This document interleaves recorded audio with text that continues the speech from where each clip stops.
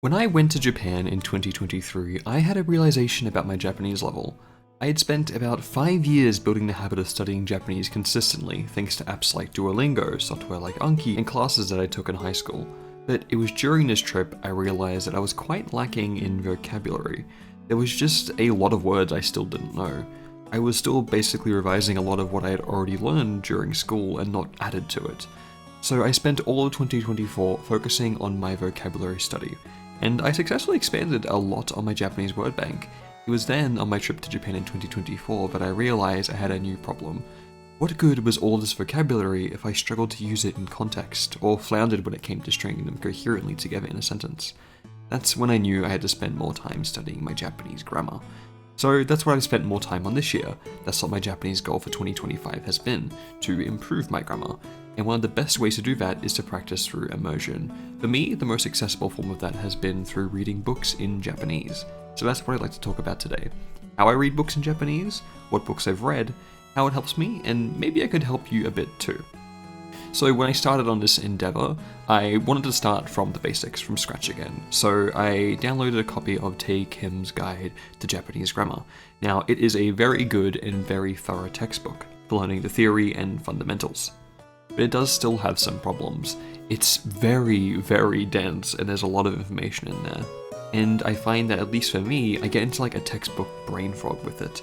When it comes to actually recognizing and using those theory and fundamentals and grammar points in a normal context, I kind of forget it all. I can only think about it rigidly in the context of a textbook. Which is what made me realize I have to actually practice by just experiencing real Japanese writing and everyday Japanese talking.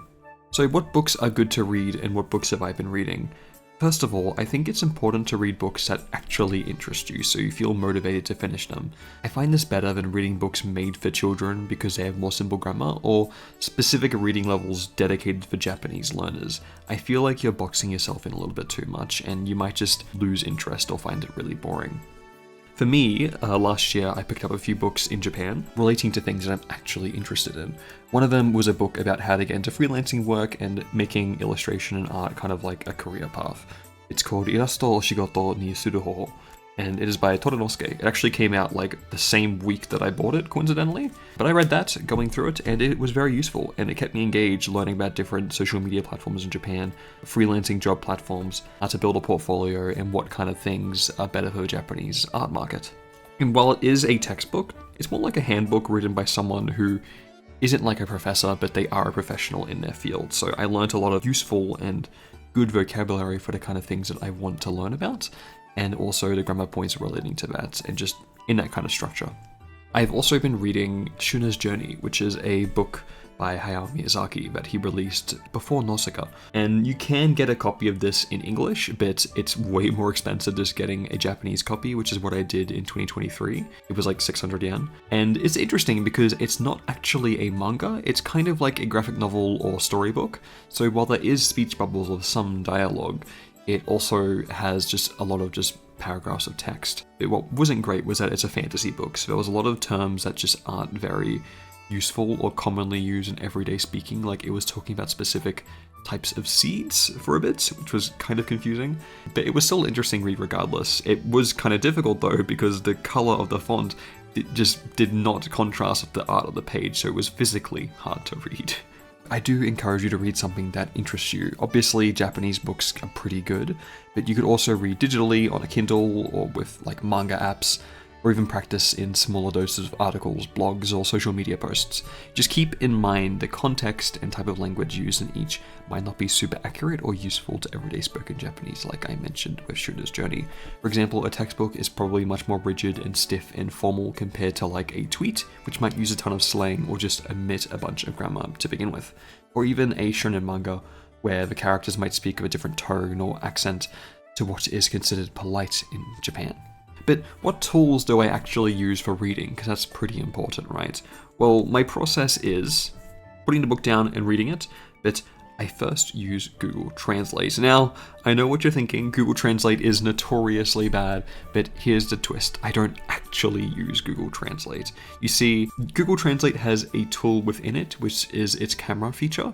So what I do, I take a picture of the passage I'm reading and set it from Japanese as the original to translate to Japanese, so it doesn't actually automatically convert it or translate it to English or whatever other language. This way, I can copy a word from the text and select it that I don't know or I don't know the reading of, so I wouldn't be able to figure it out by typing it in anywhere. And then I can copy and paste that into an online dictionary to get the reading of that word or that kanji and just understand what it actually says. This makes it way easier than trying to spend ages manually trying to find a kanji or a word or just what something is, because I can just copy and paste it from here. It's just a streamlining tool rather than actually using Google Translate, because the main point is to practice translating and understanding yourself. For dictionaries, I use 2 different ones. In case one is less accurate than the other, I can cross-reference.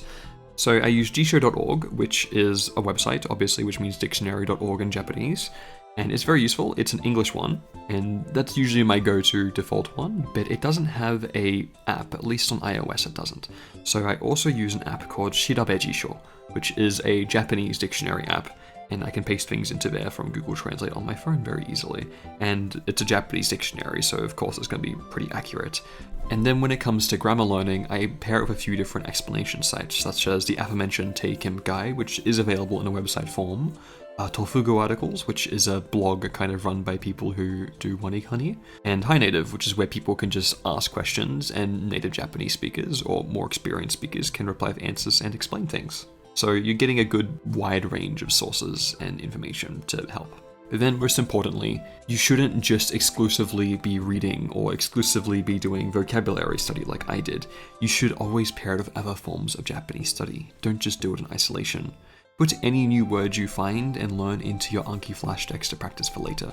Try listening to some Japanese and pay attention to see if you can hear or recognize grammar structures that you've been practicing.